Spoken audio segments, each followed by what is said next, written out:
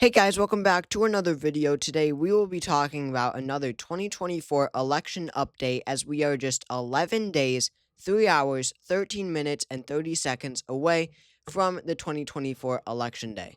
So obviously this is the most critical stretch of the campaign, because of how close it is to election day. Yes, early voting has already started, but of course, of any day, of course, the most people vote on election day. So we will be taking a look at the updated 2024 election map prediction from me from this channel, where I think things currently stand. I think that Kamala Harris still has the upper hand in this election, and that it won't be, again, I still believe that it won't be as close as many other forecasters, pundits, news outlets, mainstream media news outlets are projecting, but still a relatively close race. And the bottom line is both Harris and Trump are 2 percentage points away from carrying all 7 battleground states. So that means that if Harris does 2% better than what the polls are currently projecting right now, you can see in every swing state, the margin is 2% or below. So that means that if Harris outperforms by 2%, she wins all 7 battleground states. And if Trump outperforms by 2%, even in my forecast, he wins all 7 battleground states. You could see out of the 7 core battleground states, Michigan, Pennsylvania, Nevada, Wisconsin, Georgia, Arizona, and North Carolina, all of them fall under a 2% margin, just meaning that this election is too close to call. You cannot accurately project this election, and anyone who says this person has a 100% chance of winning is lying to you. That is of course, a total lie. You cannot project for certainty a race when it is this close. So the bottom line is, with a small overperformance of either candidate, we've been so 2024 pilled, is how I say it. Where with the smallest bump in the polls, where someone gains half a percentage point in any state polls or national polls, we go crazy. And that's because this race has always been so close. And, with the smallest gains from each candidate, it's so unusual. After the DNC, after the RNC, after the entire presidential debate, after the assassination attempt on Trump, nothing changed. So this election has always been close, and we make a note of the smallest changes, the smallest changes in polling, when in the end it really will not and does not matter. So again, with the smallest change, with the polls being off by 2%, they're always off by 2%. Someone will win all 7 battleground states. That's just how close they are, or of course a mixture of in between. So we'll start with filling out our map. We'll start with our likely Democratic states. I already filled out the safe ones, and we don't really need to talk about these likely ones. They're not all too competitive. What Kamala Harris has been able to do in this campaign is really energize the Democratic base. Ultimately, these states that do lean Democratic election after election, it is proven that they have more Democrats than Republicans. All Harris will need to do is get them to turn out, and she wins these set of states easily. They were looking pretty competitive under Biden. This is Colorado, New Mexico, Minnesota, Nebraska second, Virginia, New Hampshire, and Maine. But with Harris as the nominee, she hasn't seen too much of a problem. Then for Trump, he's got South Carolina, Ohio, Iowa, of course, as well as Alaska under his belt. Again, no new major changes there. I don't know what to say. Whatever. Alaska 10 points, Iowa 8 points. Sorry, Iowa and Ohio were both 8 points in the 2020 election. And the truth is, in most of these states, you're going to see a very marginal gain for Trump. What's really been interesting is that this election is that everyone agrees that the margin between the electoral college, in terms of percentage, and the popular vote won't be as off this election as it has been in other elections. So, for example, of course, 2016, 2020, Democrats always did so much better in the popular vote than they did in the electoral college vote. And Harris, California and New York, Trump will make significant gains in, which is important because these are huge population centers. And he's going to gain more votes in Florida, another huge population center. But none of these states are going to be really competitive in the end. So while he's gaining in the popular vote, that's why it's only a 1.4% margin, and that's why Democrats aren't as concerned with a 1.4% margin as they would be compared to 2016 or 2020, especially. That's why. Harris only has 1.4% lead, yet the battleground states are virtually even in all polling. So, I don't know exactly why I brought that up, to be honest. I don't know what it was in relation to when it comes to each individual state, but this is the map so far. And then we've got Florida. That's a likely Republican one, just over 5% margin for Trump, as you can see there, 5.3% margin. That's the first time since, I believe, 2004 that Florida has been a likely margin for any candidate, but a 5.3% margin. Over 5% at all. The last time someone got that margin was actually in 1988. You got to go back 36 years. Absolutely insane to think about how elections have changed since then. But Florida, obviously becoming a rapidly Republican state. I still do stand by, surprisingly, that Texas is lean. I think that Harris will make significant gains in the suburbs around Texas. Yes, the Latino voters are on the Rio Grande Valley. You couldn't even see it from 2016 to 2020. They are becoming more Republican, that is for sure. However, the suburbs is where it matters. Suburbs, you got huge population centers, while the Rio Grande Valley, very sparsely populated.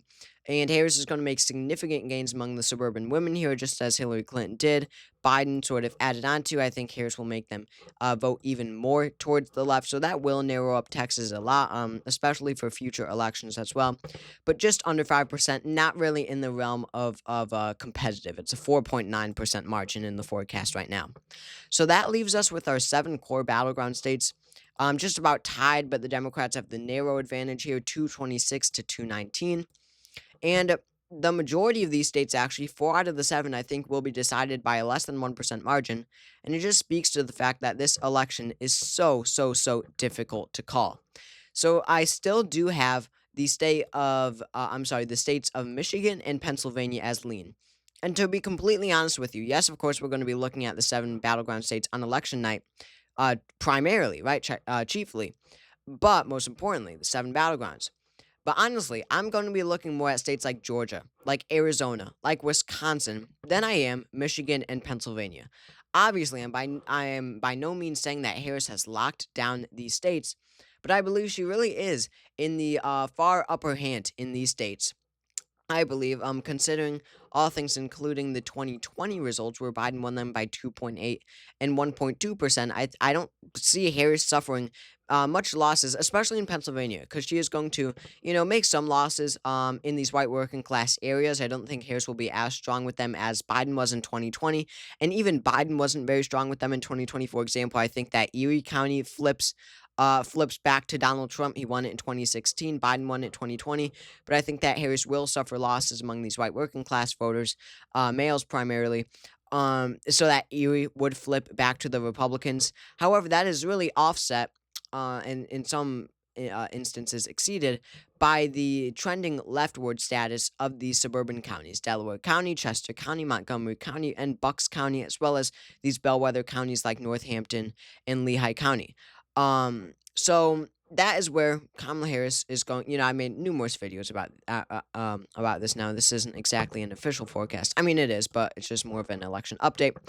But Michigan will trend a little bit to the right. For example, you can see it's much more than Pennsylvania. Um, Pennsylvania only becomes 0.2% more Republican from 2020. Harris wins it by a point, while Michigan becomes a whole point more Republican. And honestly, Arab voters are going to be significant in Michigan. And poll after poll, her support among Arab Americans is just diminished. I mean, Jill Stein is performing very well among them, and I mean, really surprisingly, Trump is performing very well among them. That Arab Americans make up 3% of Michigan. That will be important, but she's at 260. Now, Donald Trump does not have a single lean state. That should be extremely concerning for him, but it also should be for Harris, but not as much because she's at 260, Trump is at 219. Harris just needs one more state and she wins the election, except with the exception of Nevada. Trump will need all of them to win the election, with the exception of Nevada. So, with that being said, let's get into our tilt states, less than 1% margins. So, I think that Georgia and North Carolina both fall as tilt states. And I feel like, any day now, these should turn blue. Honestly, I mean, to be completely honest, in my final prediction, it could be the case where Harris is winning all 7 battlegrounds. I honestly think that could happen. We'll see how these next 11 days play out because early voting looks absolutely tremendous for Democrats in both of these states. I mean, just a record turnout, really more higher turnout than 2020. Some of these early voting days. So we'll see how that continues to play out. If it's consistently good, getting better and better for Democrats, I could see Georgia flipping blue first. I now think that Georgia will vote to the left of North Carolina, which was not the case too long ago. But I do think that Trump is favored in both these states. I mean, mostly because of the 2020 margins. It was the closest state in 2020 in terms of percentage. Georgia was, that is, went to Biden. And then North Carolina was a lean Trump state. Trump won it by over a percentage point. So this would actually require Harris making gains. North Carolina shifting left, which is not the case for the vast majority of the states in the U.S. But again, I think that Trump is just so ever favored in both these states. Have a 0.4% margin in Georgia, 0.5% margin in North Carolina. So razor thin, so hard to call. Now let's move on. We'll go to Wisconsin. I think that Harris wins Wisconsin and she wins the election. You'll expect this if I've got Michigan and Pennsylvania. Wisconsin is going to go blue as well for the same reasons, the suburbs that I outlined before. And Dems had a very strong performance in the state legislature in the 2022 midterms, even if they didn't win majority because of gerrymandering. The state legislature. I don't know if I said that. Rather than the U.S. legislature. They actually won the most votes in the legislature by a lot. Very good sign pointing to 2024. You've got Arizona abortion referendum on the ballot. Yes, and no, I know, as I've said many times, this is a very hot take. I know this is currently Harris's worst battleground state in polling, but I do think um she's down by, let's see, she's down by 1.9%, not even 2%. So there's that. But, again, I think that Harris is the slight favorite here. Again, you've got an abortion referendum on the ballot, and 2022 performances by Democrats were absolutely outstanding here. And there's no reason, really, for, Harris to underperform these other Democrats statewide. Nothing that I see. That's the case for a lot of these states, too. Nevada as well, I think that's still Democrat. All you need is a normal Democratic candidate because a lot of these states, it's simple. They just lean Democratic, right? Like I was saying before. There are more Democratic voters than Republican voters in a lot of these states. The 2022 midterm performances by Dems showed that. I mean, Michigan, you had Gretchen Whitmer win re-election by 10 points. You had Josh Shapiro win the governor's race in Pennsylvania by almost 15 points. You had a Democrat who didn't even campaign or refused to debate and really run one of the weakest campaigns I've ever seen win the governorship against Kari Lake in Arizona. American voters in election after election recently have been rejecting really everything around MAGA, and I don't know why they would suddenly now vote against those candidates and then suddenly turn their backs on them and instead vote for Donald Trump. I don't get it. It doesn't add up despite all what the numbers say. But again, the numbers could be off the slightest little bit, and Harris wins all 7 battlegrounds, or what's less likely, but in the flip side, Trump wins all 7 battlegrounds. But again, this is my current prediction, but don't be surprised if North Carolina or Georgia flip blue, or really if Wisconsin or Arizona flip red. Those are on the verge, especially Arizona as well. Just so razor thin, so hard to call. 287, 251, 270 needed to win. So thank you all for watching this video. If you enjoyed it, make sure to subscribe down below. That helps out a lot. Drop a comment. Let me hear your thoughts on this, and I'll see you all later.